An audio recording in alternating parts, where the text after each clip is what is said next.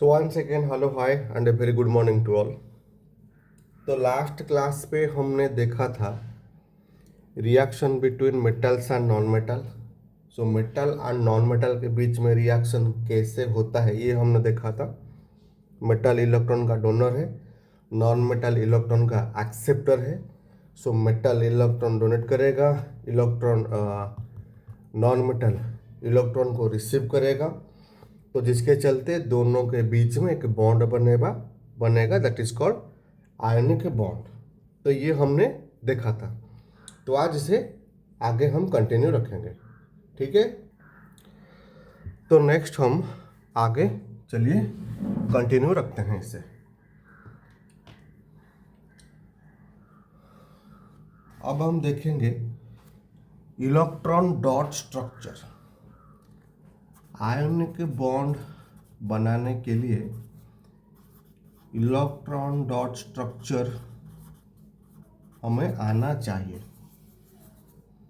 Electron dot structure को हम Lewis dot structure भी कहते हैं।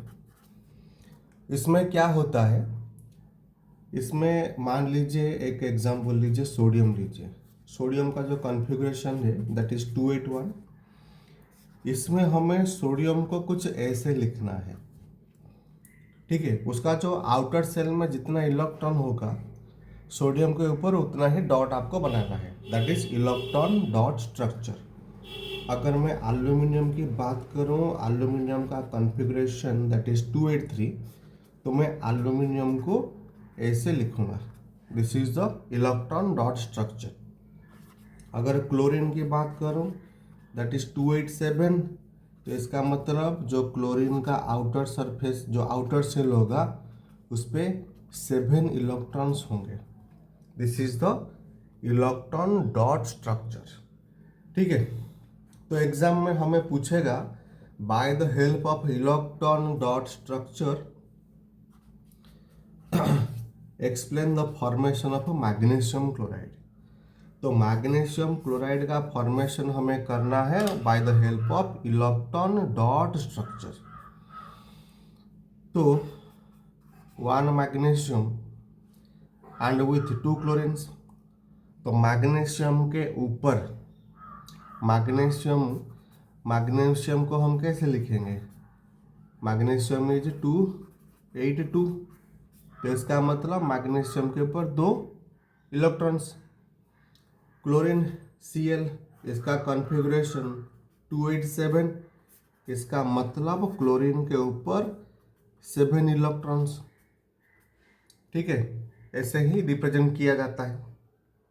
अब हम मैग्नीशियम क्लोराइड का फॉर्मेशन करेंगे कैसे, ध्यान से देखो।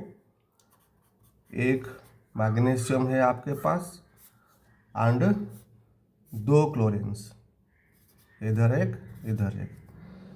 तो मैग्नीशियम के ऊपर 2 इलेक्ट्रॉन्स, क्लोरीन के ऊपर 7, 1 2 3 4 5 6 एंड 7, 1 2 3 4 5 6 एंड 7। अब ध्यान से देखिए, मैग्नीशियम का कॉन्फ़िगरेशन 282 एंड क्लोरीन का कॉन्फ़िगरेशन 287। इधर भी 287, इधर भी 287, ठीक है। अब मैग्नीशियम ऑक्टेट को सेटिस्फाई नहीं कर पाएगा क्योंकि इसके आउटर सेल में 2 है, आउटर सेल में 8 चाहिए, और इधर भी आउटर में 7 है, इसको भी 8 चाहिए। मतलब 8 होने के लिए इसको भी 1 चाहिए, इसको भी 1 चाहिए। तो मैग्नीशियम क्या करेगा, एक इलेक्ट्रॉन इसको डोनेट कर देगा एंड दूसरा इलेक्ट्रॉन इसको डोनेट कर देगा। तो जिसके चलते अब मैग्नीशियम का क्या होगा, मैग्नीशियम दोनों इलेक्ट्रॉन दे दिए तो मैग्नीशियम के ऊपर +2 चार्ज आ जाएगा। अगर मैं यहाँ क्लोरीन की बात अगर करूँ तो अब ये क्लोरीन जो है इसने 1 इलेक्ट्रॉन गेन कर लिया और इस क्लोरीन ने भी 1 इलेक्ट्रॉन गेन कर लिया। अब इसका जो कॉन्फ़िगरेशन वो 288 हो जाएगा एंड इसका भी कॉन्फ़िगरेशन 288 हो जाएगा। अब इस क्लोरीन ने 1 इलेक्ट्रॉन को गेन किया, माइनस का चार्ज, और इसने भी एक इलेक्ट्रॉन को गेन किया तो माइनस का चार्ज आ जाएगा। ठीक है, सो फाइनली आपको मिलेगा Mg2 positive and Cl negative. 2 chlorine है, 2 Cl नेगेटिव। सो ये आपको फाइनली आपको मिल जाएगा। ठीक है, क्लोरीन का इलेक्ट्रॉन डॉट स्ट्रक्चर भी आप बना सकते हो, कोई प्रॉब्लम नहीं है। 1 2 3 4 5 6 7 और 8। ठीक है, तो आपका जो मैग्नीशियम क्लोराइड का जो फॉर्मेशन हुआ वो कुछ इस तरह से हुआ। आप बुक में भी देख सकते हो, बुक में भी इसका डायग्राम भी बुक में दे दिया है इधर। ठीक है, ये एग्ज़ाम में आता है 2 या 3 मार्क का, 2-3 नंबर का आता है, तो इसे आप ध्यान से देखेंगे। मैग्नीशियम क्लोरीन एक इधर दे दिया, एक इधर दे दिया एंड फाइनली आपको ये मिल गया। ठीक है, तो चलिए नेक्स्ट हम बात करेंगे प्रॉपर्टीज ऑफ आयनिक कंपाउंड्स। अब जो आयनिक कंपाउंड हमें मिला, ठीक है, अब जो आयनिक कंपाउंड हमें मिला उनके क्या क्या प्रॉपर्टीज होंगे। Properties of ionic compounds.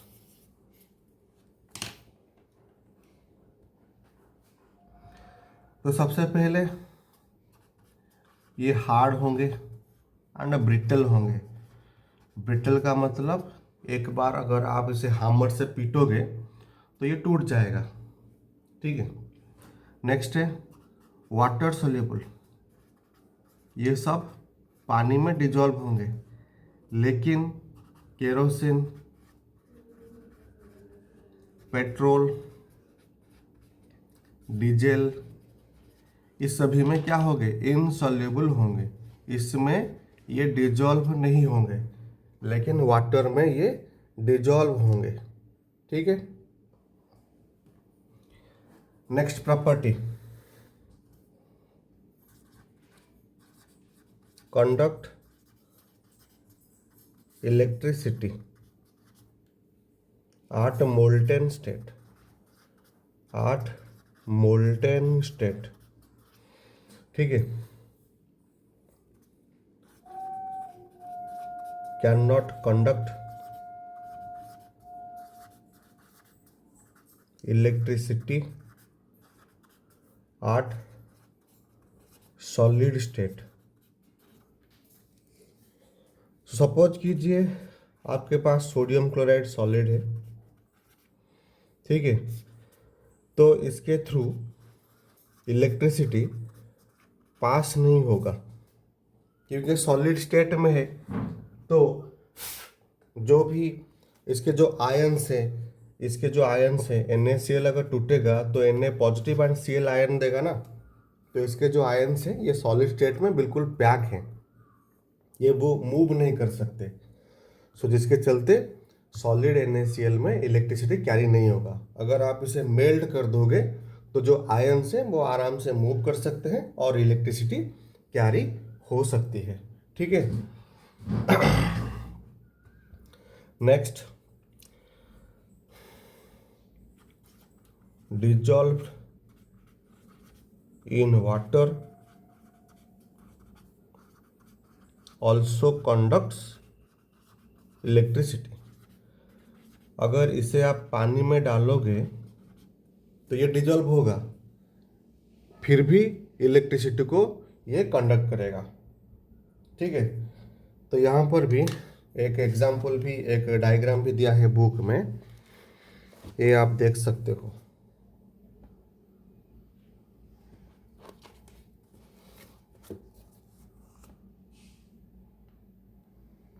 ये डायग्राम आप देख सकते हो, ये दिया है। एक बीकर है, वाटर है, सॉल्ट सोल्यूशन है एंड ये कैथोड, ये एनोड, बैटरी और ये बल्ब लगा दिया है। तो जैसे ही ये स्विच ऑन करेगा वैसे ही जो बल्ब है ये ग्लो करेगा। इट मीन्स दैट ये जो सॉल्ट सोल्यूशन है, ये सॉल्ट सोल्यूशन भी इलेक्ट्रिसिटी को कैरी कर सकता है आराम से। ठीक है,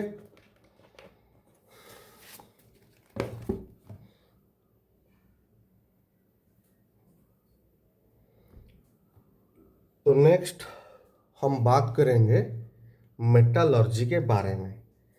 तो नेक्स्ट पार्ट है हमारा, दैट इज मेटालर्जी।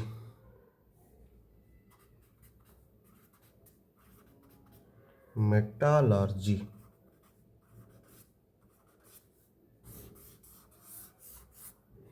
मेटालर्जी अब मेटालर्जी क्या है? मेटालर्जी का सिंपल मीनिंग होता है extraction of metals from its ores. तो मेटल को उसके ओर से, मेटल को उसके ओर से निकालने को, एक्सट्रैक्शन करने को जो जो प्रोसेस है that is called metallurgy. Metal को, मेटल जो है, मेटल तो हमें नेचर में फ्री स्टेट में नहीं मिलता। फ्री स्टेट में मतलब डायरेक्ट हमें नहीं मिलेगा। डायरेक्ट अगर कोई मेटल हमें मिलेगा वो है आपका सिल्वर, गोल्ड, ये हमें डायरेक्ट स्टेट में मिलेगा, आज इट इज़ मिल जाएगा। लेकिन जो अदर मेटल्स होते हैं, जो दूसरे मेटल्स होते हैं, ये हमें डायरेक्ट नहीं मिलते। ये बहुत सारे इम्प्यूरिटी के साथ मिलते हैं, या फिर ऑक्सीजन के साथ रिएक्ट करके मिलते हैं, या फिर कार्बन डाइऑक्साइड के साथ रिएक्ट करके मिलते हैं, या फिर सल्फर के साथ रिएक्ट करके मिलते हैं, लेकिन ये हमें डायरेक्ट नहीं मिलते।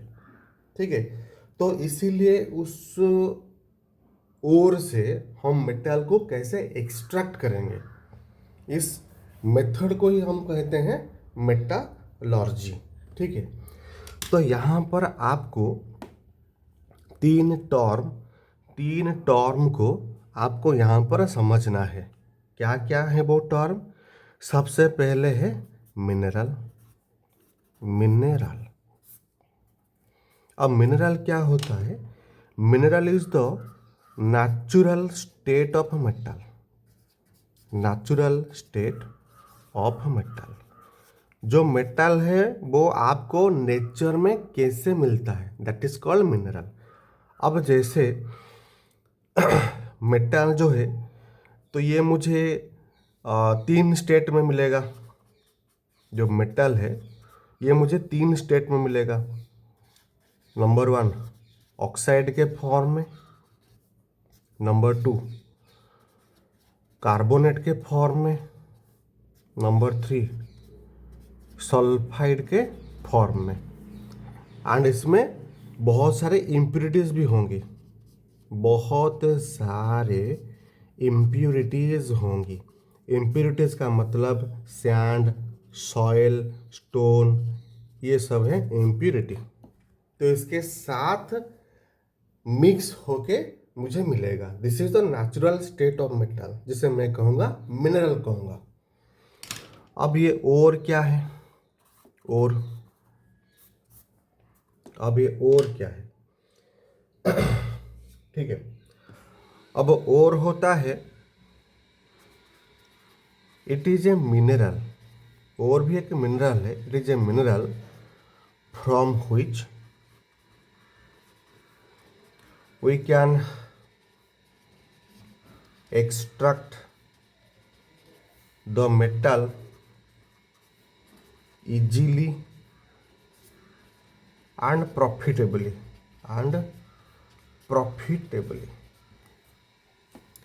तो जो ओर है, ये मिनरल का एक ऐसा फॉर्म है जिससे हम मेटल को निकालेंगे, मेटल को हम एक्सट्रैक्ट करेंगे बहुत ही आराम से एंड बहुत ही सस्ते तरीके से। दैट इज कॉल्ड ओर। ठीक है, दैट इज कॉल्ड ओर। अब जैसे मैं यहाँ पर अगर कुछ एग्जाम्पल दूंगा और का, अब जो एल्यूमिनियम है ये तो हमें नेचर में डायरेक्ट फॉर्म में नहीं मिलता ना, तो एल्यूमिनियम हमें मिलता है in the form of bauxite. Aluminium का जो ओर है इसे हम बॉक्साइट कहते हैं। ये एक ऑक्साइड होता है, aluminium oxide dot 2H2O, bauxite. Iron, iron का जो ओर है दैट इज कॉल्ड हेमाटाइट, और एक है मैग्नेटाइट। कॉपर का एक और है that is copper glance. Zinc का एक और है दैट इज कालामाइन, जो कि जिंक कार्बोनेट होता है। ठीक है। Mineral natural state of metal and ore जो होता है, ये मेटल का एक, मिनरल का एक ऐसा स्टेट है जिससे हम मेटल को बड़े ही आराम से, बड़े ही आसान तरीके से निकाल सकते हैं, और वो भी कम से कम खर्चे पे। That is called ore.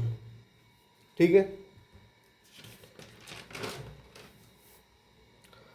And जो लास्ट टर्म है that is gang, that is gang. तो ये क्या है? गैंग का मतलब होता है इम्प्योरिटीज। जो भी इम्प्योरिटी, रॉक, सॉइल, स्टोन, ये जो इम्प्योरिटीज हैं, ये जो इम्प्योरिटीज हैं दे आर कॉल्ड गैंग। ठीक है। आपके पास अगर कोई भी और होगा, कोई भी और होगा, और में हमेशा दो चीज़ें होंगी। एक है आपका मेटल होगा और दूसरा होगा आपका गैंग। और जो मेटल जो है ये ऑक्साइड के फॉर्म में, या फिर कार्बोनेट के फॉर्म में, या फिर सल्फाइड के फॉर्म में ही होगा। क्लियर है? तो जो भी और आपके पास होगा इसमें मेटल होगा एंड इसमें गैंग होगा। और ये जो मेटल आपको मिलेगा ये ऑक्साइड के फॉर्म में हो सकता है, या फिर कार्बोनेट के फॉर्म में हो सकता है, या फिर सल्फाइड के फॉर्म में हो सकता है। ठीक है। ऑक्साइड के फॉर्म में, कार्बोनेट के फॉर्म में, या फिर सल्फाइड के फॉर्म में ये हो सकता है। क्लियर?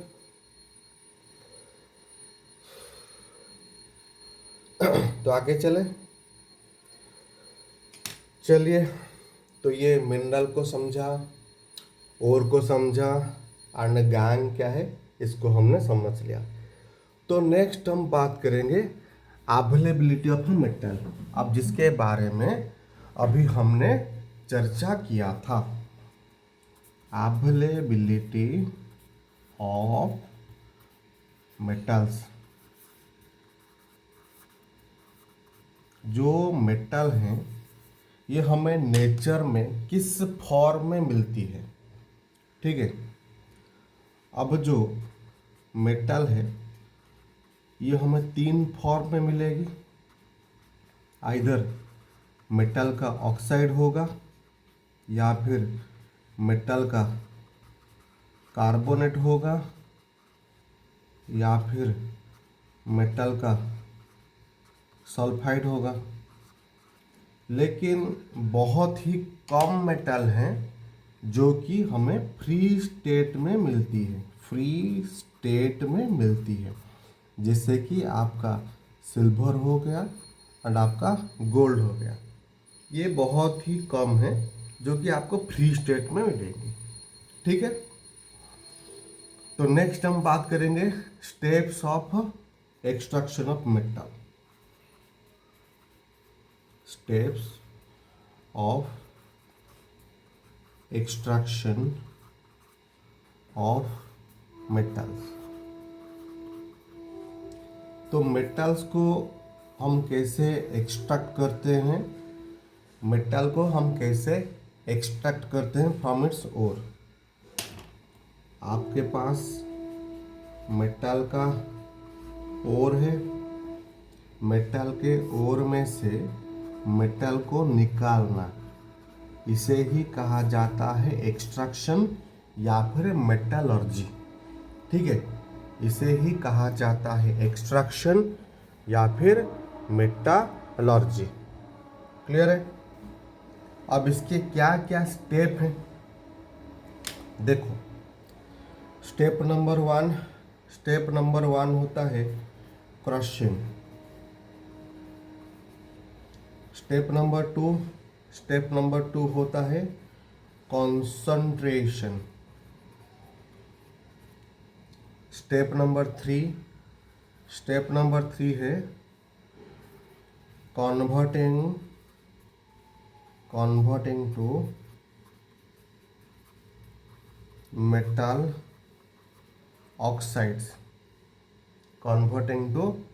ऑक्साइड्स। इसके भी दो सब स्टेप हैं, एक है कैल्सिनेशन एंड दूसरा इज रोस्टिंग। ठीक है, नेक्स्ट है step number 4 reduction of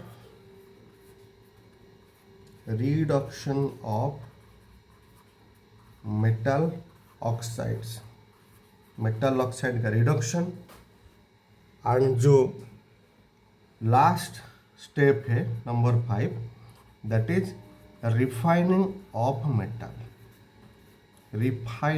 of metals. So total 5 steps हैं। तो जिसमें से ये जो step number 1 and step number 2 ये तो हमारे सिलेबस से रिमूव हो गया है, लेकिन हम बस थोड़ा सा इंफॉर्मेशन ले लेते हैं, थोड़ा सा नॉलेज के लिए बस। ठीक है, जो स्टेप नंबर 1 है दैट इज क्रॉसिंग। हम इसमें क्या करते हैं, जो भी हमारे पास ओर होगा हम ओर को ग्राइंड करके पाउडर के फॉर्म में लेके आते हैं। और जो होगा ये बड़े बड़े पत्थर के फॉर्म में हमें मिलेगा, बस हमें सिर्फ उसे पीटना है, ग्राइंड करना है और उसे पाउडर करना है। That is the meaning of crushing. Next है कॉन्सेंट्रेशन। अब कॉन्सेंट्रेशन में क्या है, इम्प्योरिटी को हम रिमूव करते हैं। जो धूल, मिट्टी, सॉइल, रॉक, सैंड, ये जो उस ओर में प्रेजेंट होगा उसे कॉन्सेंट्रेशन मेथड से हम उसे निकाल के साफ करते हैं। ठीक है, that is the meaning of concentration. Next है number 3 converting to metal oxide. अब जैसे कि अगर आप ध्यान देंगे, मैंने आपको पहले कहा था कि जो भी मेटल होगा हमारे पास ये हमें 3 फॉर्म में मिलेगा, आइदर ऑक्साइड के फॉर्म में या फिर कार्बोनेट के फॉर्म में या फिर सल्फाइड के फॉर्म में। ये तीनों फॉर्म में हमें मिलेगा। तो हम क्या करेंगे, उस मेटल ऑक्साइड से हम मेटल को निकालेंगे, मेटल कार्बोनेट से हम मेटल को निकालेंगे, एंड मेटल का सल्फाइड अगर होगा उसमें से हम मेटल को निकालेंगे। लेकिन अगर हमारे पास मेटल ऑक्साइड होगा, अगर आपके पास मेटल ऑक्साइड अगर है, मेटल ऑक्साइड से मेटल को निकालना ये बहुत ही इजी होता है, ये बहुत ही इजी होता है। तो इसीलिए हम क्या करते हैं, अगर हमारे पास मेटल ऑक्साइड है तो उससे हम मेटल को निकाल लेंगे, कोई बात नहीं है। लेकिन अगर आपके पास मेटल कार्बोनेट और होगा तो हम क्या करेंगे, इसे पहले हम मेटल ऑक्साइड में कन्वर्ट करेंगे। अगर आपके पास मेटल का सल्फाइड होगा तो सबसे पहले हम इसे मेटल ऑक्साइड में कन्वर्ट करेंगे। ठीक है, तो मेटल कार्बोनेट को अगर हम ऑक्साइड में कन्वर्ट करते हैं, इस प्रोसेस को कहा जाता है कैल्सिनेशन। एंड मेटल सल्फाइड को अगर हम ऑक्साइड में कन्वर्ट करते हैं, इस प्रोसेस को कहा जाता है रोस्टिंग। ठीक है, तो मेटल ऑक्साइड से मेटल को निकालना इजी है। अगर आपके पास मेटल का कार्बोनेट है या फिर मेटल का सल्फाइड है, तो हम सबसे पहले क्या करेंगे, सबसे पहले कार्बोनेट ओर को ऑक्साइड ओर में कन्वर्ट करेंगे एंड सल्फाइड ओर को ऑक्साइड ओर में हम कन्वर्ट करेंगे। ठीक है, so this process is called calcination and this process is called roasting. Clear है? आगे चले।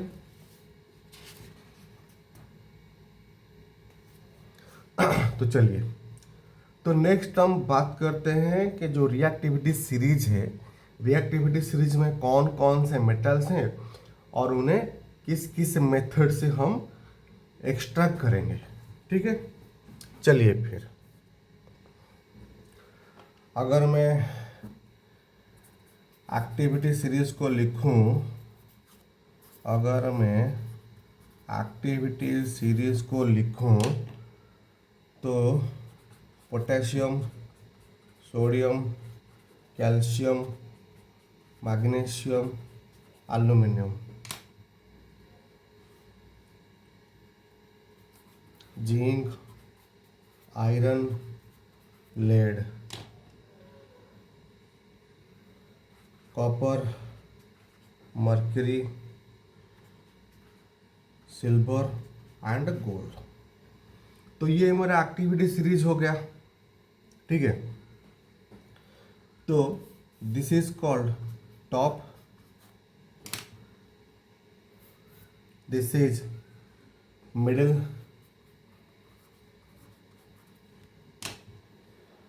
And this is low. Top का मतलब होता है कि ये जो हैं ये सब हाई रिएक्टिव है, मिडिल का ये सब मॉडरेट रिएक्टिव के हैं, और जो बॉटम का ये सब लो रिएक्टिव के होते हैं। ठीक है, लो रिएक्टिव के होते हैं।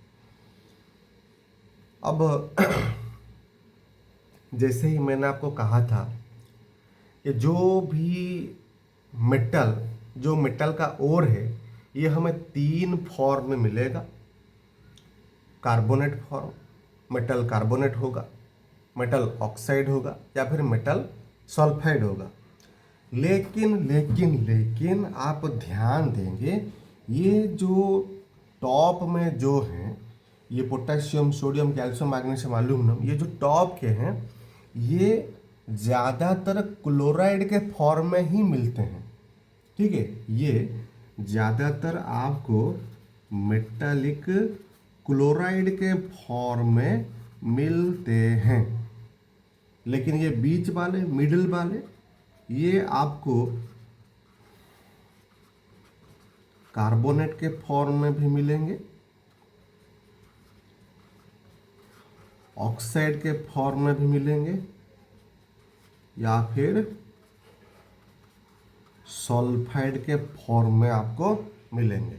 ठीक है, अगर कार्बोनेट फॉर्म में मिला तो आप इसे ऑक्साइड में कन्वर्ट करेंगे, अगर सल्फाइड के फॉर्म मिला तो भी आप इसे ऑक्साइड के फॉर्म में कन्वर्ट करेंगे, और ये तो ऑक्साइड में है तो इसे कन्वर्ट करने की कोई बात नहीं है। ठीक है, अब ये जो मेटल ऑक्साइड जो आपको मिल गया है, तो यहाँ 4th स्टेप जो था दैट इज रिडक्शन, ये आगे चला जाएगा। अगर यहाँ की बात मैं करूँ, ये सारे क्लोराइड के फॉर्म में मिलते हैं, तो इसके लिए ये जो क्लोराइड के फॉर्म में मिलते हैं, तो यहाँ पर कोई रोस्टिंग, कोई कैल्सिनेशन नहीं होता, और यहाँ इन्हें हम डायरेक्टली इलेक्ट्रिक करंट की हेल्प से हम एक्सट्रैक्ट करते हैं इन्हें। ठीक है, मेटल का क्लोराइड लीजिए, उसे मेल्ट कर दीजिए, इलेक्ट्रिक करंट को पास कर दीजिए, आपको मेटल मिल जाएगा। आगे हम डिस्कस करेंगे, बस यहाँ पर एक हिंट, जनरल हिंट आपको देता हूँ। ये सारे टॉप के ये आपको क्लोराइड के फॉर्म में मिलेंगे। आप सिंपल क्या करेंगे, मेटल का क्लोराइड को लीजिए, उसे मेल्ट कीजिए, इसके थ्रू करंट को पास कर दीजिए, आपको मेटल मिल जाएगा। यहाँ पर मिडिल में क्या होगा, आपको सल्फाइड के फॉर्म में मिलेगा, आपको ऑक्साइड के फॉर्म में मिलेगा, आपको कार्बोनेट के फॉर्म में मिलेगा। कार्बोनेट फॉर्म में मिला तो उसे ऑक्साइड में कन्वर्ट कीजिए, सल्फाइड के फॉर्म में है तो इसे पहले ऑक्साइड में कन्वर्ट कीजिए। ऑक्साइड में कन्वर्ट होने के बाद फिर ये जाएगा step number 4, that is reduction. ठीक है, रिडक्शन के लिए जाएगा। इसका मतलब ये हुआ, आपको यहाँ पर मेटल का ऑक्साइड मिल गया। अब मेटल का ऑक्साइड को आप कार्बन के साथ हीट कीजिए तो आपको मिलेगा मेटल मिलेगा। अब इस मेटल को आप रिफाइन कर लीजिए। इस मेटल को आप इलेक्ट्रिक करंट की हेल्प से रिफाइन करेंगे तो आपको तकरीबन 99% प्योर मेटल आपको मिलेगा। अगर मैं यहाँ की बात करूँ तो यहाँ पर तो आपको let us say that you have sodium chloride. आपके पास सोडियम क्लोराइड है, ये मोल्टेन स्टेट में है। ठीक है, इसके थ्रू आपने करंट को पास कर दिया तो आपको मिल जाएगा Na positive and Cl negative. यहाँ पर आपको डायरेक्टली मेटल मिल गया। लेकिन यहाँ पर कुछ ऐसा है, अगर मैं लो कैटेगरी की बात करूँ, तो ये तो ज़्यादातर आपको सल्फाइड के फॉर्म में मिलते हैं। मेटल सल्फाइड के फॉर्म में आपको मिलते हैं। इसे हीट कीजिए, ये आपको मेटल का ऑक्साइड मिल जाएगा। फिर से इस मेटल ऑक्साइड को हीट कर दीजिए, आपको मेटल मिल जाएगा। और ये तो प्योर नहीं होगा, इम्प्योर होगा। एंड फिर से आप इसे रिफाइन कर लीजिए, आपको मिल जाएगा तकरीबन 99% प्योर मेटल। क्लियर है? So this is the entire layout. ये आपका पूरा लेआउट है। ठीक है, तो चलिए शुरू करते हैं मिडल से। तो मिडल वालों को हम कैसे एक्सट्रैक्ट करते हैं, चलिए उसके बारे में हम सबसे पहले डिस्कस करेंगे।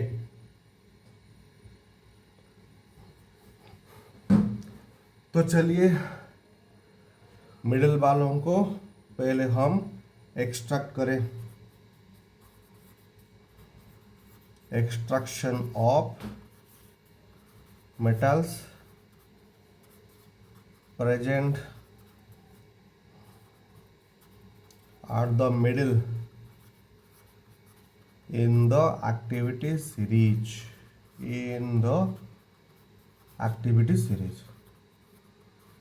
ठीक है।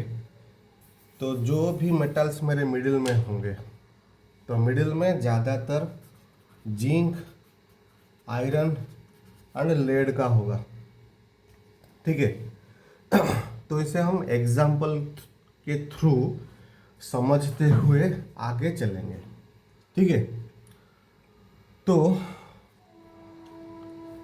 सपोज कीजिए कि आपके पास एक जिंक का ओर है, तो ये आपको ऑक्साइड के फॉर्म में मिलेगा या फिर कार्बोनेट के फॉर्म में मिलेगा। ठीक है, अगर ये ऑक्साइड के फॉर्म में है तो आप इसे क्या करेंगे, आप इसे हीट करेंगे लिमिटेड एयर। ठीक है, मतलब बहुत ही कम एयर में, ना के बराबर, तकरीबन बहुत ही कम एयर में आप इसे हीट करेंगे तो आपको क्या मिलेगा। ओहो, यहाँ पर गलत हो गया, ये जिंक सल्फाइड हो रहा था। इधर कार्बोनेट के फॉर्म में मिलेगा या फिर सल्फाइड के फॉर्म में मिलेगा। ठीक है, तो सपोज कीजिए कि आपके पास कार्बोनेट ओर है, आप इसे हीट किए इन लिमिटेड एयर, बहुत ही कम एयर में आप इसे हीट किए तो आपको zinc oxide and carbon dioxide आपको मिलेगा। तो ये आपने पा लिया जो ऑक्साइड, जिंक का ऑक्साइड आपके पास मिल गया। So this process is called calcination. इसी को ही कहा जाता है कैल्सिनेशन हम कहेंगे। ठीक है, तो आप याद रखेंगे C for calcination is equal to C for carbonate ore. तो अगर आपके पास कार्बोनेट ओर है तो आप उसे कैल्सिनेशन करेंगे। अगर आपके पास सल्फाइड का ओर होता तो आप क्या करते? वेरी सिंपल, अगर सल्फाइड का ओर हुआ तो मैं उसे ऑक्सीजन के प्रेजेंस में हीट करूँगा तो मुझे मिलेगा zinc oxide and sulphur dioxide gas. ठीक है, and this process is called roasting. तो कैल्सिनेशन एंड रोस्टिंग के बारे में सवाल भर भर के पूछता है एग्जाम में। ठीक है, C for calcination, C for carbonate ore. And अगर सल्फाइड का ओर हुआ, सल्फाइड का ओर हुआ तो आप क्या करेंगे? रोस्टिंग करेंगे। S फॉर सल्फाइड और यहाँ पर भी S ही प्रेजेंट है। ठीक है, तो आप इसे याद करने के लिए कोई तरीका अपनाइए। ठीक है, वरना आप कंफ्यूज हो जाएंगे। अब ये अगर आपको याद रहेगा तो ये ऑटोमेटिकली हो जाएगा। C for calcination, C for carbonate ore and ये तो ऑटोमेटिकली हो जाएगा सल्फाइड और रोस्टिंग। तो फाइनली आपको कैल्सिनेशन से ऑक्साइड मिल गया एंड रोस्टिंग से भी आपको ऑक्साइड मिल गया। अब नेक्स्ट आप क्या करेंगे? अब नेक्स्ट आप क्या करोगे? नेक्स्ट आप जाओगे रिडक्शन के लिए। नेक्स्ट आप जाओगे रिडक्शन के लिए, reduction of oxide, reduction of oxides. ठीक है, तो आपको आपके पास जिंक कार्बोनेट था, इसने आपने क्या किया? इसका कैल्सिनेशन किया, आपको zinc oxide and carbon dioxide मिला। आपके पास अगर सल्फाइड ओर था तो आपने इसे रोस्टिंग किया, आपको zinc oxide and sulphur dioxide gas आपको मिल गया। तो ये जो जिंक ऑक्साइड आपको मिला है, आप फिर इसे लेके आओगे स्टेप नंबर 4 को, दैट इज रिडक्शन। अगर कार्बन के प्रेजेंस में आप इसे हीट करते हो तो यहाँ आपको zinc and carbon monoxide gas आपको मिल जाएगा। ठीक है, और यहाँ पर ये जो आपको मिला ये इम्प्योर होगा, मतलब इसके अंदर भी थोड़े थोड़े इम्प्योरिटीज होंगे जो आपको दिखाई नहीं पड़ेंगी, लेकिन इसके अंदर भी थोड़े थोड़े इम्प्योरिटीज होंगे। ठीक है, तो फाइनली अगर आपके पास कोई भी ऑक्साइड है तो आप इसे रिड्यूस कर सकते हैं। ठीक है, आप इसे रिड्यूस कर सकते हैं। तो यहाँ पर ये जो कार्बन जो है मेरे पास, दिस इज रिड्यूसिंग एजेंट, ये एक रिड्यूसिंग एजेंट है। तो ऑक्साइड और अगर आपके पास है तो आप रिड्यूसिंग एजेंट की हेल्प से आप इसे रिडक्शन करके मेटल को आप पा सकते हो। तो यहाँ पर हम different type of reducing agent का यूज करते हैं। जैसे कि कभी कार्बन का यूज किया, तो कभी हाइड्रोजन का यूज किया, एल्यूमिनियम का यूज किया। ठीक है, एटसेट्रा हम यूज करते हैं। ठीक है, तो यहां पर आप ध्यान रखोगे, अगर आप कार्बन का यूज करके रिड्यूस करते हो, अगर आप कार्बन का यूज करके रिड्यूस करते हो, उस केमिकल प्रोसेस को हम कहेंगे स्मेल्टिंग। अगर आप एल्यूमिनियम का यूज करके रिड्यूस करते हो, इसे हम कहेंगे एल्यूमिनोथर्मी, एल्यूमिनोथर्मी, या फिर इसे थर्माइट रिएक्शन भी कहा जाता है। ठीक है, अगर कार्बन का यूज करके रिड्यूस करते हो दैट इज कॉल्ड स्मेल्टिंग, अगर एल्यूमिनियम का यूज हो रहा है दैट इज एल्यूमिनोथर्मी। अब जैसे यहाँ पर जिंक ऑक्साइड कार्बन के प्रेजेंस में मैंने रिड्यूस किया तो मुझे जिंक एंड कार्बन मोनोऑक्साइड मिला। सो यहाँ पर कार्बन यूज हो रहा है, so this process is called smelting, इसे मैं स्मेल्टिंग कहूँगा। लेकिन सपोज कीजिए आपके पास आयरन का ऑक्साइड है, तो आप इसे एल्यूमिनियम के साथ हीट किए तो आपको एल्यूमिनियम ऑक्साइड मिलेगा एंड आपको आयरन मिलेगा। तो यहाँ पर आपने एल्यूमिनियम का यूज किया, दिस इज कॉल्ड एल्यूमिनोथर्मी, या फिर इसे थर्माइट रिएक्शन भी कहा जाता है। और ये रिएक्शन कहाँ पे होता है, ये हाईली एक्जोथर्मिक है, यहाँ पर बहुत सारा हीट जनरेट होगा, बहुत सारा हीट जनरेट होगा। इतना हीट जनरेट होगा कि ये जो आयरन है ये बिल्कुल भी मेल्ट हो जाएगा, ये बिल्कुल भी मेल्ट हो जाएगा। और ये रिएक्शन कहाँ पे किया जाता है, टू जॉइन रेलवे ट्रैक्स को जॉइन करने के लिए ये रिएक्शन को किया जाता है। इसका एक छोटा सा डायग्राम भी बुक में दिया है, आप देख सकते हो यहाँ पर।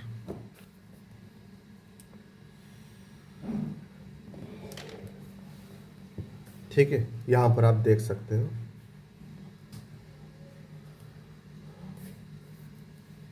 Thermite process for joining railway tracks. ठीक है, तो यहाँ पर एक आदमी रेलवे ट्रैक के ऊपर रेलवे ट्रैक को जॉइन कर रहा है by the process of this thermite reaction.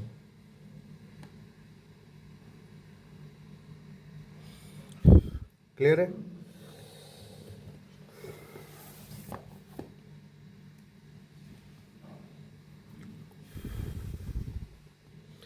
तो चलिए आगे बढ़े। तो यहाँ तक का मिडिल वाला का तो हमने देख लिया। अब हम देखेंगे extraction of metals low in the activity series. Extraction of metals which are low in the activity series। तो जो मेटल मेरे एक्टिविटी सीरीज के एंड में है उनको मैं कैसे निकालूंगा। तो यहाँ पर सिर्फ आपको दो एग्जाम्पल याद रखने होंगे, एक होगा आपका मर्करी एंड दूसरा आपका कॉपर। सो ये दोनों मोस्टली सल्फाइड के फॉर्म में आपको मिलेंगे, मतलब मर्क्यूरी आपको मर्क्यूरी सल्फाइड फॉर्म में मिलेगा, एंड अगर कॉपर होगा तो ये भी आपको सल्फाइड के फॉर्म में ही मिलेगा। ठीक है, तो अभी हमने डिस्कस किया अगर सल्फाइड और है तो ऑक्सीजन के प्रेजेंस में इसे हीट कीजिए, आपको oxide and sulphur dioxide gas मिल जाएगा। अभी हमने देखा, फिर से ऑक्साइड को पकड़िए, इसको फिर से आप हीट कर दीजिए तो आपको यहीं से मेटल एंड ऑक्सीजन आपको मिल जाएगा। यहाँ पर कोई रिडक्शन की ज़रूरत नहीं पड़ती। क्लियर है? सिंपल है। एंड दूसरा कॉपर का अगर मैं बात करूँ, कॉपर सल्फाइड ऑक्सीजन के प्रेजेंस में हीट किए, आपको copper oxide and sulphur dioxide gas मिल जाएगा। अगर यहाँ से आप फिर उसी कॉपर ऑक्साइड को सल्फाइड के साथ हीट किए तो डायरेक्टली आपको copper and sulphur dioxide gas आपको मिल जाएगा। तो यहाँ पर भी कोई रिडक्शन करने की ज़रूरत नहीं है। और यहाँ पर भी जो मेटल आपको मिला ये इम्प्योर होगा, इसके अंदर थोड़ी थोड़ी सी इम्प्योरिटीज होंगी, ठीक है, यहाँ पर भी थोड़ी थोड़ी सी इम्प्योरिटीज होंगी। तो ये जाएगा last step, that is refining. तो स्टेप्स क्या क्या हमने फॉलो किया, पहले थोड़ा सा आपको याद दिला देता हूँ। सबसे पहले हमने मिनरल को ढूंढा, उसके बाद मिनरल से हमने ओर को निकाला। उसके बाद हमने क्या किया, अगर मेरे पास सल्फाइड का ओर है तो इसे मैं ऑक्साइड के ओर में कन्वर्ट किया। अगर मेरे पास कार्बोनेट का ओर है तो फिर मैंने इसे ऑक्साइड के ओर में कन्वर्ट किया, तो मुझे ऑक्साइड का ओर मिल गया। नंबर 4, ऑक्साइड को मैंने भेजा किसके लिए, रिडक्शन के लिए भेजा। जो भी ऑक्साइड ओर था वो मैंने रिडक्शन के लिए भेजा। अब रिडक्शन में मुझे क्या मिला, मुझे मेटल मिला, इम्प्योर मेटल मिला, उसमें कुछ कुछ इम्प्योरिटीज होंगी।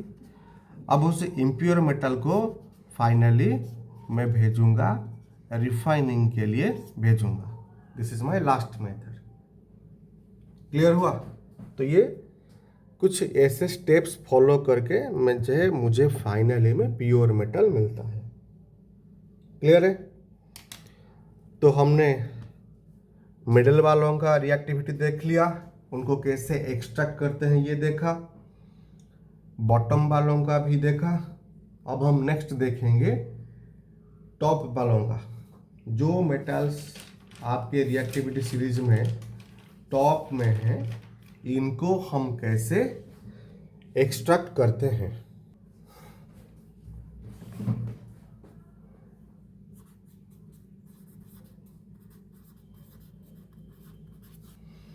Extraction of metals in the top of the series, in the top of the series। अब जो मेटल्स मेरे सीरीज के टॉप में है, इनको मैं कैसे निकालूंगा। तो सीरीज के टॉप में जो मेटल्स हैं वो potassium, sodium, calcium, magnesium and aluminium होते हैं। और ज़्यादातर ये सब क्लोराइड के फॉर्म में आपको मिलेंगे। मतलब पोटेशियम क्लोराइड होगा, सोडियम क्लोराइड होगा, कैल्शियम क्लोराइड होगा, मैग्नीशियम क्लोराइड होगा, या फिर एल्यूमिनियम का क्लोराइड होगा। ठीक है? तो इनको इलेक्ट्रोलाइटिक या फिर इलेक्ट्रिक करंट की हेल्प से हम इन्हें सेपरेट करते हैं। अब सपोज कीजिए कि मेरे पास सोडियम क्लोराइड है, तो मैंने सोडियम क्लोराइड को मेल्ट कर दिया। अब जैसे ही इसके थ्रू मैं इलेक्ट्रिक करंट को पास करूंगा तो मुझे सोडियम एंड क्लोरीन अलग होते हुए दिखेंगे। ठीक है? इनका एक सिंपल सा मेथड है। एग्जाम में ये पूछता है कि इलेक्ट्रिक करंट का हेल्प हम क्यों लेते हैं, हम क्यों इनको रिड्यूस क्यों नहीं करते। अब क्या होता है, ध्यान देंगे, नो रिडक्शन, इनके लिए रिडक्शन प्रोसेस को किया नहीं जाता। अब ये जो सोडियम, पोटेशियम, ये जो होते हैं, ये तो हाईली रिएक्टिव मेटल है ना। तो जो भी हाईली रिएक्टिव मेटल है, ये सब ज़्यादातर ऑक्सीजन के साथ रिएक्ट करते हैं, क्योंकि ऑक्सीजन भी रिएक्टिव होता है। तो ऑक्सीजन के साथ रिएक्ट करने पर अब ये मेटल का ऑक्साइड बनाते हैं। ठीक है? अभी हमने देखा कि अगर हमारे पास मेटल का ऑक्साइड अगर है तो हम इसे कार्बन के साथ क्या करेंगे, कार्बन के साथ हम रिड्यूस करेंगे, कार्बन के साथ हम रिड्यूस करेंगे। ठीक है?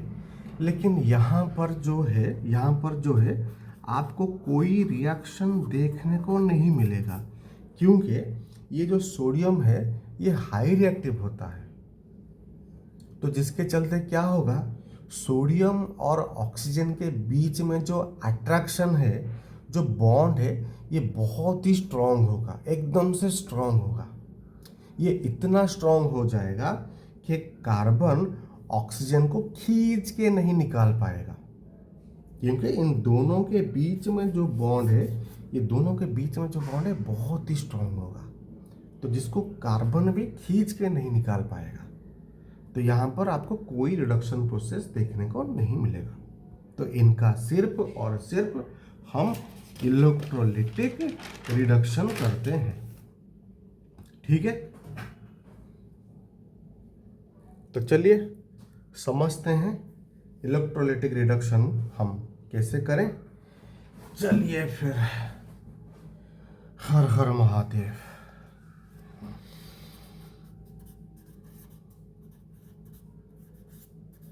इलेक्ट्रोलिटिक रिडक्शन, तो इसके लिए हमें एक इलेक्ट्रोलिटिक टैंक चाहिए होगा।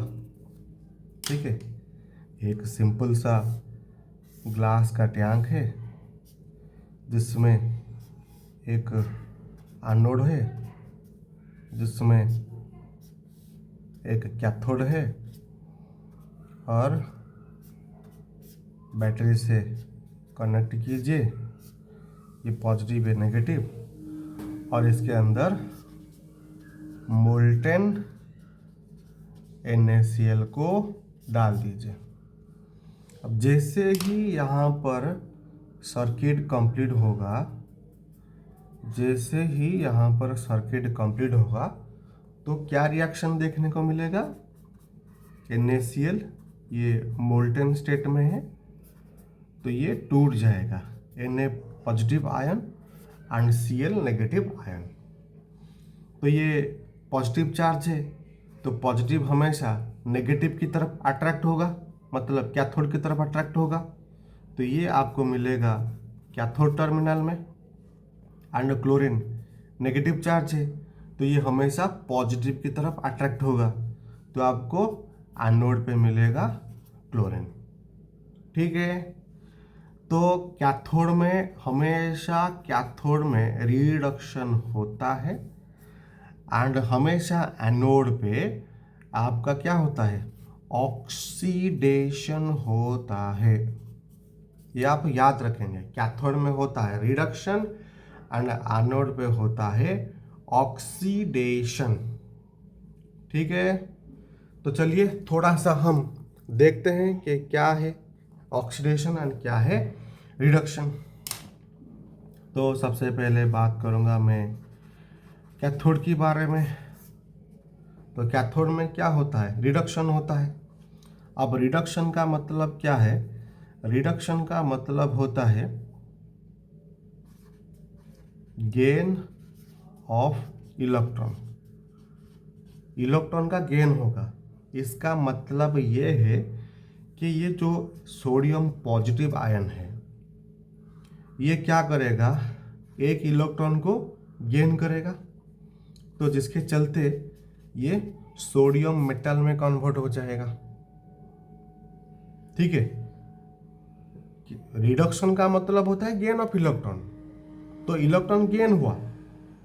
ठीक है, लेकिन ये इलेक्ट्रॉन देगा कौन, ये इलेक्ट्रॉन आएगा कहाँ से, ये इलेक्ट्रॉन आएगा आपके क्लोरीन से आएगा, क्लोरीन डोनेट। ये इलेक्ट्रॉन क्लोरीन डोनेट करेगा। कहाँ पे डोनेट करेगा भाई, क्लोरीन तो एनोड पे है ना, तो एनोड पे ही डोनेट करेगा, और कहाँ करेगा। ठीक है, तो ये रिएक्शन आपके कैथोड में होता है, gain of electron. Na positive था, इसने एक इलेक्ट्रॉन को गेन किया और आपको सोडियम मेटल मिल गया। ये इलेक्ट्रॉन किसने दिया, ये क्लोरीन ने दिया। कहाँ पे दिया, ऑब्वियसली एनोड पे देगा, और कहाँ देगा। तो चलिए एनोड पे चलते हैं, एनोड पे चलते हैं। तो एनोड में क्या होता है, एनोड में ऑक्सीडेशन होता है।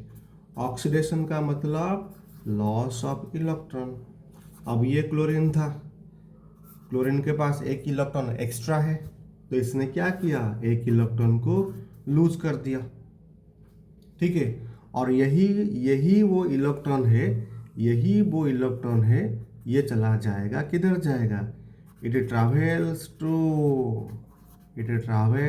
To cathode. ये कैथोड चला जाएगा, कैथोड में सोडियम के साथ कंबाइन करके सोडियम मेटल बनाएगा, ठीक है।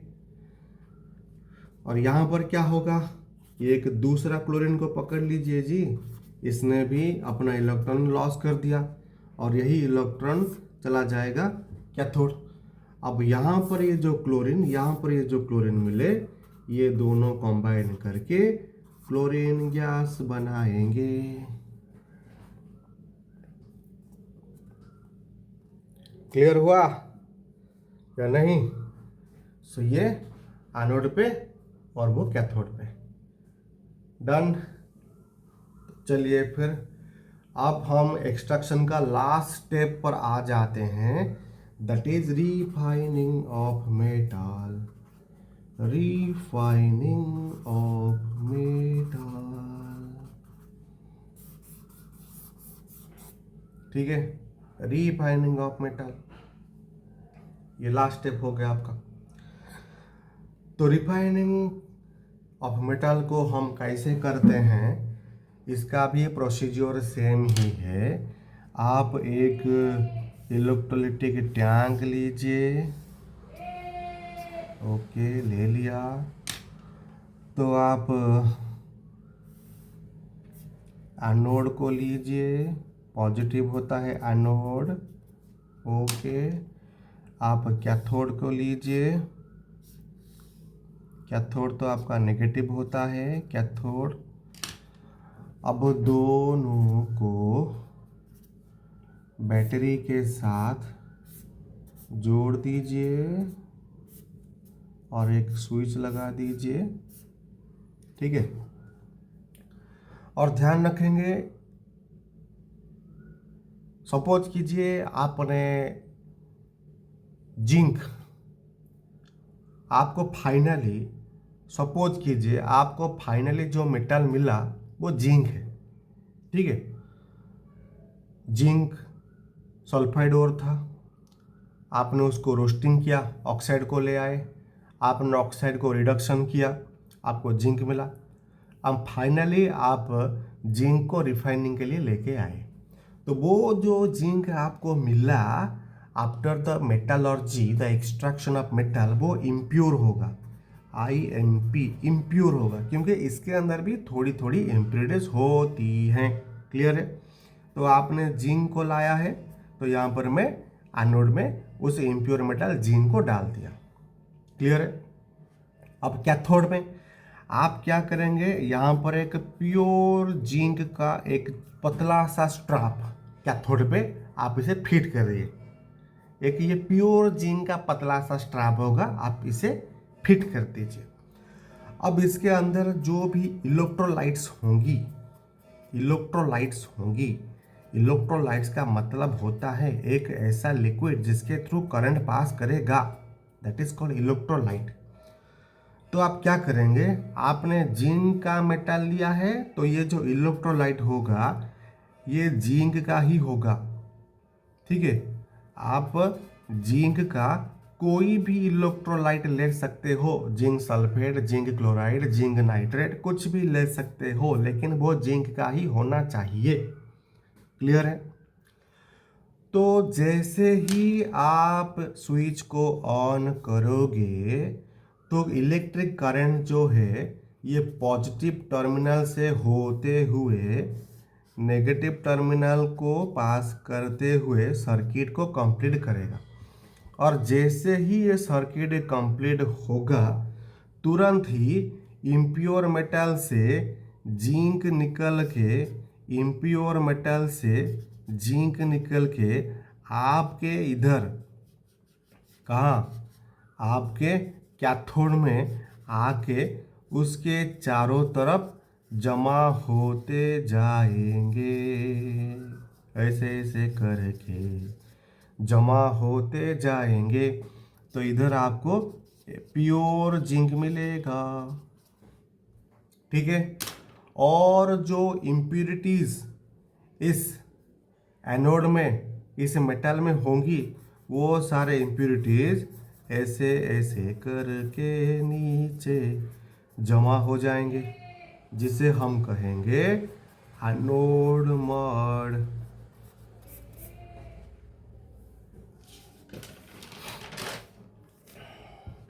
ठीक है, अच्छी तरह से समझ लिए बंधु।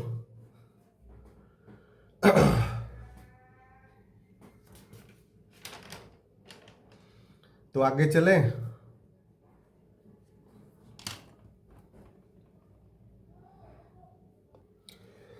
तो नेक्स्ट हम बात करेंगे करोजन। करोजन। अब करोजन क्या होता है? करोजन में क्या होता है? ये एक केमिकल रिएक्शन है जिसके थ्रू जो मेटल का आउटर सरफेस होता है, मेटल आउटर पार्ट जो होता है, अटैक्ड बाय, कौन अटैक करेगा, कौन हमला करेगा? Attacked by acid, base, water, oxygen, carbon dioxide etcetera. अगर आपके पास कोई भी एक मेटल है, उसका जो आउटर सरफेस होता है, ये आउटर सरफेस के ऊपर अगर कभी acid, base, water, oxygen, carbon dioxide कोई भी सॉल्ट सॉल्यूशन के साथ रिएक्शन करके इसके आउटर सरफेस के ऊपर एक नया कंपाउंड फॉर्म होगा। This process is called corrosion. अब जैसे एक सिंपल सा एग्जांपल है, जैसे आपका आयरन है। आयरन अगर ऑक्सीजन एंड वाटर के कांटेक्ट में आएगा तो ये Fe2O3.XH2O एक रेड ब्राउन कलर का कंपाउंड उसके ऊपर बनेगा, जिसे हम कहते हैं रोस्ट कहते हैं। ठीक है, जिसे हम कहते हैं रोस्ट कहते हैं। This process is called corrosion. अगर आपके घर में कॉपर का ग्लास है, तो ये कॉपर का ग्लास अगर water, carbon dioxide and oxygen के साथ रिएक्ट करता है तो आपको CuCO3.CuOH का होल ब्रैकेट 2 आपको एक ग्रीन कलर का कंपाउंड बना के देगा, जिसे हम कहेंगे बेसिक कॉपर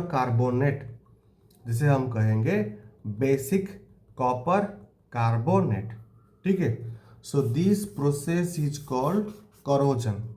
और इससे क्या होगा? इससे जो मेटल है ये धीरे धीरे करके खराब होता जाएगा। और सबसे नुकसान अगर किसी से हमारा अगर आज तक हुआ है या फिर आगे होगा, दैट इज आयरन। तो आयरन के केस में सबसे ज़्यादा नुकसान हमारा होगा। ठीक है। तो यहाँ पर आयरन में करोजन होने के लिए आपको दो चीज़ें कंपल्सरी चाहिए। सबसे पहले ऑक्सीजन एंड नेक्स्ट वाटर। तो आयरन में अगर रोस्ट लगेगा तो इसके लिए आपको ये दोनों चाहिए। अगर इसमें से कोई एक अगर एब्सेंट होगा तो रोस्टिंग नहीं होगा। ठीक है। तो बुक में एक छोटा सा एक्टिविटी भी दिया है, ये एग्ज़ाम में भी पूछता है। आप इसे ध्यान से देखो। ठीक है।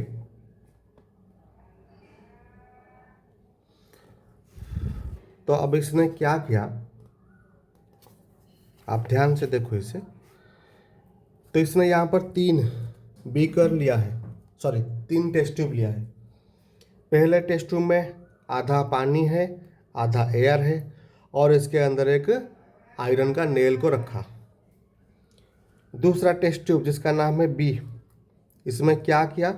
इसने यहाँ पर बॉयल वाटर लिया, वाटर को बॉयल कर दिया है। वाटर को अगर हम बॉयल कर देंगे, इसमें से जो ऑक्सीजन होगा वो बाहर निकल जाएगा।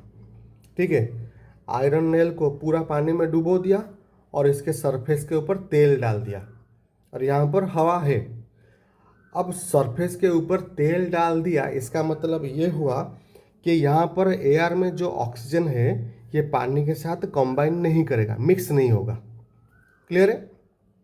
यहाँ पर क्या किया, यहाँ पर सिर्फ एयर है, यहाँ पर कोई भी पानी नहीं है और इसने इस टेस्ट ट्यूब में कैल्शियम क्लोराइड सॉल्ट को डाल दिया। ये जो कैल्शियम क्लोराइड सॉल्ट होता है ये हाइग्रोस्कोपिक नेचर का होता है, मतलब एयर में अगर आपका एयर में मॉइस्चर होगा तो ये कैल्शियम क्लोराइड क्या करेगा, उस मॉइस्चर को एब्जॉर्ब कर लेगा। तो इसका मतलब ये हो गया कि इस टेस्ट ट्यूब में जो एयर है वो कम्प्लीटली ड्राई है। आपके पास यहाँ पर ऑक्सीजन है लेकिन वाटर नहीं है, यहाँ पर आपके पास वाटर है लेकिन पानी में ऑक्सीजन नहीं है, यहाँ पर आपके पास वाटर है एंड ऑक्सीजन है, दोनों है। तो इसका मतलब क्या हुआ, इसका मतलब ये हुआ कि ये टेस्ट ट्यूब ए में आपके पास वाटर है एंड मॉइस्चर है, तो रोस्टिंग यहाँ पर देखने को मिलेगा। यहाँ पर वाटर है लेकिन वाटर को आपने बॉयल कर दिया, ऑक्सीजन नहीं है, तो ऊपर तेल भी डाल दिया ताकि यहाँ से ऑक्सीजन मिक्स ना हो, तो यहाँ पर भी रोस्टिंग नहीं होगा। यहाँ पर आपके पास ऑक्सीजन है, वाटर नहीं है, तो यहाँ पर भी आपको यहाँ पर आपको रोस्टिंग देखने को नहीं मिलेगा। क्लियर है? तो ये आप ध्यान से देखोगे क्योंकि ये एक्टिविटी एग्जाम में पूछता है। ठीक है, तो नेक्स्ट हम बात करेंगे सम प्रिवेंटिव मेथड्स। तो नेक्स्ट हम बात करेंगे some preventive methods, how to prevent corrosion. Corrosion को कैसे रोका जा सकता है? सिंपल है, अगर आपके पास कोई मेटल है उसको पेंट कर दो, इसके ऊपर ऑयल का एक कोटिंग डाल दो, इसके ऊपर ग्रीस लगा दो, एनोडाइजिंग कर दो। हमने एल्यूमिनियम का एनोडाइजिंग पीछे समझा था। एलॉइंग कर दो। एलॉय का मतलब होता है कोई भी दो मेटल ले लो या फिर नॉन मेटल ले लो, उसको हीट करके मेल्ट कर दो, उनको मिक्स कर दो और उसे ठंडा कर दो, वो सॉलिडिफाई हो जाएगा, दैट इज एलॉय। या फिर गाल्वानाइजेशन कर दो। गाल्वानाइजेशन का मतलब क्या होता है? गाल्वानाइजेशन का मतलब होता है आयरन के सरफेस के ऊपर जिंक का एक कोटिंग चढ़ा दो। तो ये आपके कुछ प्रिवेंटिव मेथड्स हैं, ये भी इम्पोर्टेंट है क्योंकि एग्जाम में भी पूछता है कि करोजन को हम कैसे प्रिवेंट कर सकते हैं। ठीक है, करोजन को हम कैसे प्रिवेंट कर सकते हैं, ये भी एग्जाम में पूछता है। नेक्स्ट हम बात करेंगे एलॉय। एलॉय कैसे बनता है? होमोजेनस मिक्सचर ऑफ 2 और मोर मेटल्स या फिर नॉन मेटल्स। कोई भी मेटल ले लो, 2 या 2 से ज़्यादा, या फिर नॉन मेटल ले लो, उन्हें गर्म करो, मेल्ट करो, मिक्स करो, उसके बाद ठंडा कर दो, बन गया आपका एलॉय। जैसे कि स्टील जो बनता है आयरन और कार्बन से बनता है, ब्रास बनता है कॉपर एंड जिंक से, ब्रॉन्ज बनता है कॉपर एंड टीन से, सोल्डर बनता है लेड एंड टीन से। ये एमसीक्यू में पूछेगा और पिछले साल भी पूछा था कि ब्रास का एलॉय क्या है, ब्रॉन्ज किससे बना है, सोल्डर किससे बना है, ये पूछता है, तो आप इसे ध्यान में रखो। नेक्स्ट हम बात करेंगे एडवांटेजेस ऑफ एलॉय। एलॉय बनाने से हमें क्या बेनिफिट क्या होता है एलॉय से? तो सबसे पहले एलॉय अगर हम बनाएंगे तो क्या वो करोजन तो नहीं होगा। ठीक है, आपके पास जो एलॉय का नया मेटल आएगा वो हार्ड होगा, इसका स्ट्रेंथ ज़्यादा होगा, रेजिस्टेंस भी बढ़ेगा, उसकी मेल्टिंग पॉइंट कम हो जाएगी और वो करोजन से हमेशा बचा हुआ रहेगा।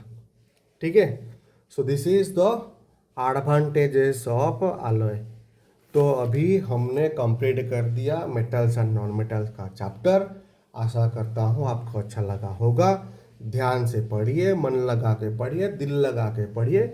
एक बात आप याद रखिए, एग्जाम में आपको खुद लिखना है, आपके लिए कोई और नहीं लिखेगा। ठीक है, तो पढ़ेगा, आराम से पढ़ाई कीजिए, रिवाइज कीजिए। तो मिलते हैं नेक्स्ट चैप्टर में, तब तक के लिए धन्यवाद।